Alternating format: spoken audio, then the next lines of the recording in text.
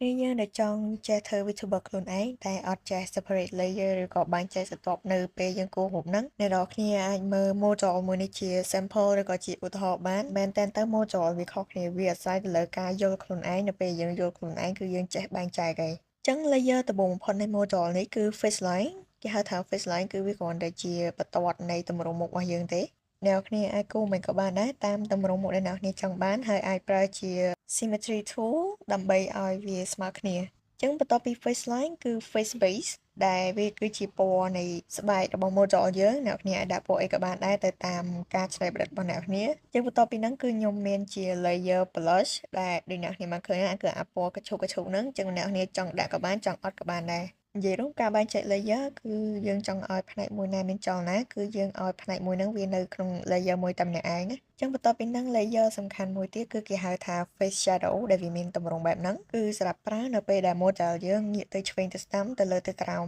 បន្ទាប់ពីហ្នឹងគឺយើងមានស្រទាប់តិចទាំងឆ្វេងទាំងស្ដាំគឺបែបហ្នឹង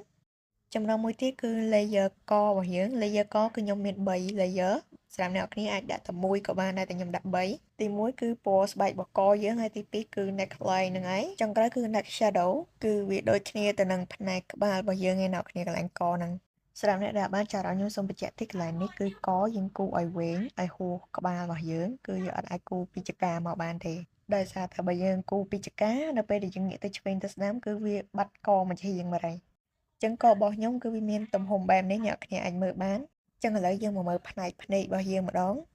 layer ទី1គឺផ្នែកពណ៌សនៃភ្នែករបស់យើងនឹងឯងចំណុចមួយទៀតគឺ layer iris គឺគ្រាប់ភ្នែករបស់យើងនឹងឯងបន្តមកទៀតគឺពន្លឺក្នុងភ្នែករបស់យើងអ្នកគ្នាចង់ដាក់មួយក៏បានពីរក៏បានអ្នកគ្នា design តាមហ្នឹងទៅអ្នកខ្លះកន្លែងហ្នឹងមានរហូតដល់ទៅ30 layer តែខ្ញុំខ្ជិលដាក់ច្រើនញ៉ៃតាមគេខ្ញុំដាក់តែ2ទេកន្លែងនេះខ្ញុំ play record ឲ្យអ្នកគ្នាមើលគឺផ្នែក layer រោមភ្នែកខាងលើហើយរោមភ្នែកខាងក្រោមអ្នកគ្នាអាចគូរអារោមភ្នែកខាងលើនេះតែឯងបានហើយអាខាងក្រោមនេះតែឯងមួយទៀតដល់ពេលអារោមភ្នែកទូៗនេះដាក់មក layer មួយទៀតតែឯងអារោមភ្នែកទូៗហ្នឹងអ្នកគ្នាអាចដាក់ច្រើនទៀតបានគ្រាន់តែថាដាក់វានៅ layer ផ្សេងៗគ្នាទៅចាំម្ដងមួយនេះគឺ style របស់ខ្ញុំទេអ្នកគ្នាបាច់ចាំដាក់តាមខ្ញុំក៏បានដែរតែអាហ្នឹងគឺដូច make up ចឹងគឺពីស្រទាប់បែបហ្នឹងហើយយើងមាន layer ចៅមួយទៀតនៅលើហ្នឹងយើងដាក់វាមកតែឯងចឹងមកចូលមកដល់មួយនេះមួយទៀតគឺច្រមុះខ្ញុំគួរតែប៉ុណ្្នឹងទេអ្នកខ្លះមានដល់ទៅ2 3ស្រទាប់តែខ្ញុំគួរតែប៉ុណ្្នឹងទេចូលមកដល់ផ្នែកមាត់របស់យើងទី1គឺ upper lip ឬក៏បបូរមាត់ខាងលើហ្នឹងទី2គឺ lower lip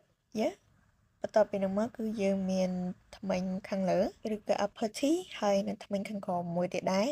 ហើយយើងមាន layer អណ្ដាតមួយ lip shadow មួយហើយនឹងចុងក្រោយគឺ inner mouth របស់យើងគឺផ្នែកខាងក្នុងនៃមាត់យើងនឹងឯងចឹងអាហ្នឹងគឺស្របទាំងអស់នៃផ្នែកមាត់របស់យើងអានេះគឺ cover របស់ខ្ញុំអ្នកគ្នាចង់ដាក់ក៏បានចង់អត់ក៏បានដែរហើយខ្ញុំមានវ៉ែនតាមួយទៀតគឺមានទាំងឆ្វេងទាំងស្ដាំគឺកញ្ចក់មាន2ហ្នឹងហើយដងវ៉ែនតាគឺ2ស្រទាប់ផ្សេងគ្នាដូចគ្នាហើយមួយទៀតគឺដងវ៉ែនតានៅចំកណ្ដាលភ្នែកយើងហ្នឹងគឺនៅលើច្រមុះយើងនឹងមួយទៀតចូលមកដល់ផ្នែកសក់របស់យើងអានឹងធ្វើតាមខ្ញុំអត់បានទេតែមើលខ្ញុំជាគម្រោងទៅចឹងខ្ញុំមានអានេះមួយគឺខ្ញុំចង់ឲ្យវាអង្គើតែឯងអានេះមួយទៀតនិយាយទៅអ្នកគ្នាចង់ឲ្យម្ដុំណាវាមានចលនាម្នាក់ឯងអ្នកគ្នាគូវាមកស្រទាប់ផ្សេងគ្នាទាំងទៅ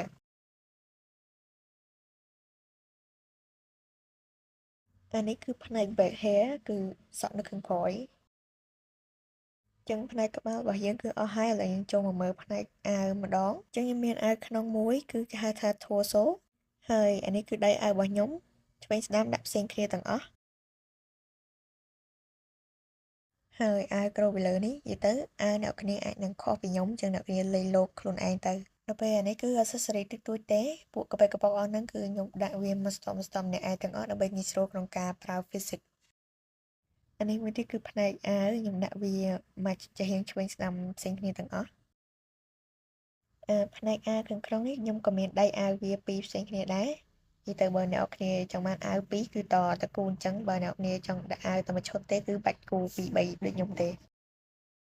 មើលផ្នែកជើងវិញគឺខ្ញុំមានជើងខាងស្ដាំមួយខាងឆ្វេងមួយដូចគ្នាហើយខ្ញុំមានអាផ្នែកចង្កេះយើងនេះមួយកន្លែងហ្នឹងហើយខ្ញុំមាន accessory តិចតួចអ្នកគ្នាចង់ដាក់ក៏បានចង់អត់ក៏បានដែរអានេះខ្ញុំមិនដឹងថាគេហៅអីដែរខ្ញុំភ្លេចបាត់ហើយខ្ញុំចេះដាក់នឹងគេដែរទៅអាហ្នឹងគឺនៅពីក្រោយខ្នងយើងហ្នឹងហើយមាន accessory កប៉ិកកប៉ុកទៀតដូចជាច្រវាក់ដូចជាអីនេះក្របស្អីនេះខ្ញុំមិនដឹងដែរហ្នឹងខ្ញុំចេះដាក់ទៅ ចឹងគឺអានឹងអស់ហើយបើសិនជាអ្នកនរឆ្ងល់កន្លែងណាអាចសួរខ្ញុំបានឬអ្នកនរអត់អាច separate layer ខ្លួនឯងបានអាចឆាតមកសួរខ្ញុំបានតាម Telegram ហើយខ្ញុំក៏មានបើក commission ដែរចេះលុយតិចទៅបាច់មករៀនធ្វើត stress ដូចខ្ញុំទេឆាតមកខ្ញុំមកអរគុណជម្រាបលា